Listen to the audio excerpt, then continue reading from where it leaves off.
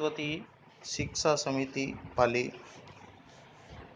कक्षा अष्टमी, विषय सामाजिक विज्ञान।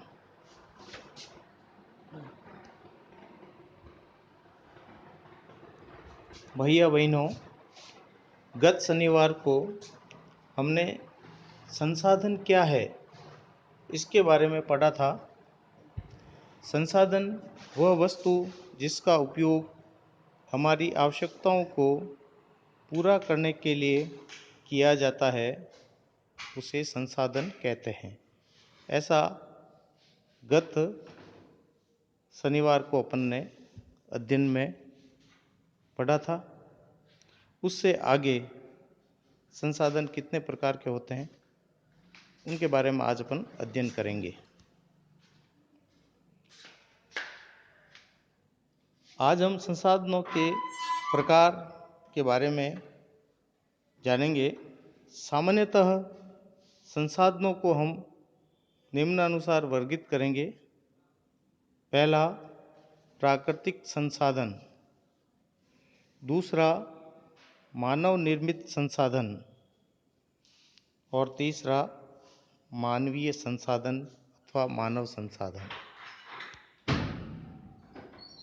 अब प्राकृतिक संसाधन क्या है? प्राकृतिक संसाधन उसे कहेंगे ऐसे संसाधन जो हमें सीधे प्रकृति से प्राप्त होते हैं, अर्थात उसको बनाने के लिए किसी कारखाने की आवश्यकता नहीं होती है, सीधे सीधे हमें वह प्रकृति से मिलता है। उनका हम अधिक संशोधन किए बिना ही उसका उपयोग ले सकते हैं। उन्हें अपन प्राकृतिक संसाधन कहते हैं।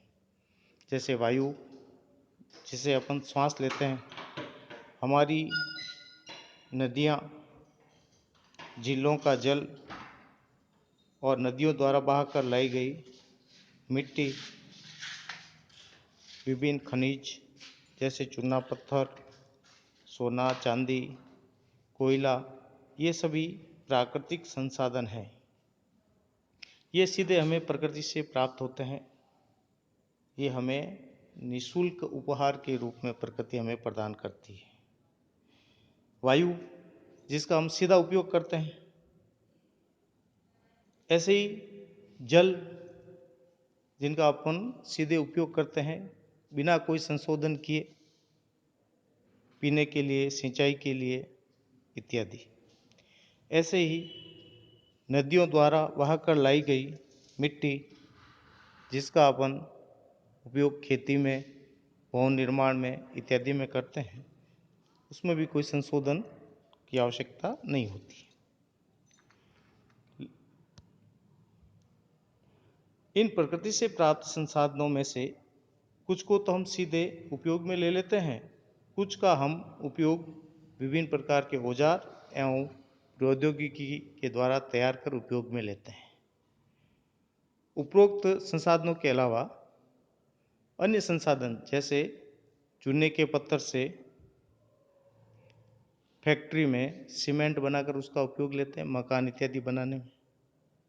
ऐसे ही जमीन से खोदकर विभिन्न अपन खनिज निकालते हैं, उसमें एक से अधिक खनिज साथ में मिले होते हैं। उनको प्रशोधन भट्टियों में डालकर अलग अलग खनिजों को अलग अलग तरह से निकालकर उनका उपयोग करते हैं, जैसे सोना, चांदी, तांबा, लोहा इत्यादि। इस प्रकार हम कुछ प्राकृतिक संसाधनों को विभिन्न औजारों और प्रौद्योगिकी के माध्यम से तैयार कर उपयोग में लेते हैं। अब बात आई, प्राकृतिक संसाधनों को हम दो भागों में विभाजित करते हैं, नवीकरणीय और अनवीकरणीय। नवीकरणीय संसाधन ऐसे संसाधन जो शीघ्रता से नवीकृत अथवा पुनः पूरित हो जाते हैं, जैसे सौर ऊर्जा, पवन ऊर्जा, जल, मृदा, वन इत्यादि। नवीकरणीय यानी ऐसे संसाधन जो प्रकृति से पुनः पूरित हो जाते हैं, जैसे सौर ऊर्जा असीमित है जो सूर्य से प्राप्त होती है, पवन, ये हवा, ये भी प्रकृति से प्राप्त होती है और ये पुनः पूरित भी हो जाती है। जितना इसका उपयोग होता है उतना पुनः पूर्ति इसकी हो जाती है। जल, इसकी भी पूर्ति होती है, वर्षा के माध्यम से हमें जल पुनः पूरित हो जाता है। ऐसे ही मिट्टी, जितनी मिट्टी नदियों से दोहन होती है उतनी पुनः बारिश के समय नदियों के साथ बहकर आ जाती है। वन, जितने वन कट रहे हैं उसी अवस्था में अन्य पेड़ पौधे स्वतः ही उगते हैं, कुछ हम भी लगाते हैं। इस प्रकार पुनः पूरित भी होते हैं। नवीकरणीय संसाधनों में से कुछ असीमित हैं और उन पर मानवीय क्रियाओं का प्रभाव नहीं होता, जैसे सौर ऊर्जा और पवन ऊर्जा। इसमें जितनी भी मनुष्य उपयोग में लेता है लेकिन उस क्रिया पे उसका कोई फर्क नहीं पड़ता है, ये असीमित है। लेकिन फिर भी कुछ नवीकरणीय संसाधन जैसे जल, मृदा और वन, इनका हम लापरवाही से दोहन करते जा रहे हैं, उपयोग करते जा रहे हैं, जिसके कारण इन पे प्रतिकूल प्रभाव पड़ सकता है। जल असीमित है, नवीकरणीय है, फिर भी अति दोहन के कारण आज इसकी कमी हो रही है। विश्व के अधिकांश प्राकृतिक जल स्रोतों का सूखना आज बड़ी समस्या के रूप में हमारे सामने है।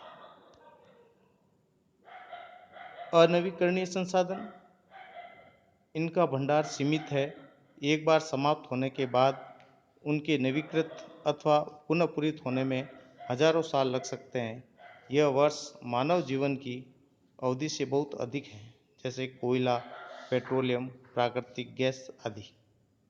अनवीकरणीय संसाधन यानी इनकी सीमित मात्रा है, जमीन के अंदर इनके भंडार हैं और जब एक स्थान पर इनके भंडार समाप्त हो जाते हैं तो पुनः इनको बनने में हजारों वर्ष लग जाते हैं और उस अवधि के दौरान मनुष्य की कई पीढ़ियां बीत जाती हैं, तब वो पुनः खनिज बनते हैं। इसलिए इनको कहते हैं अनवीकरणीय संसाधन।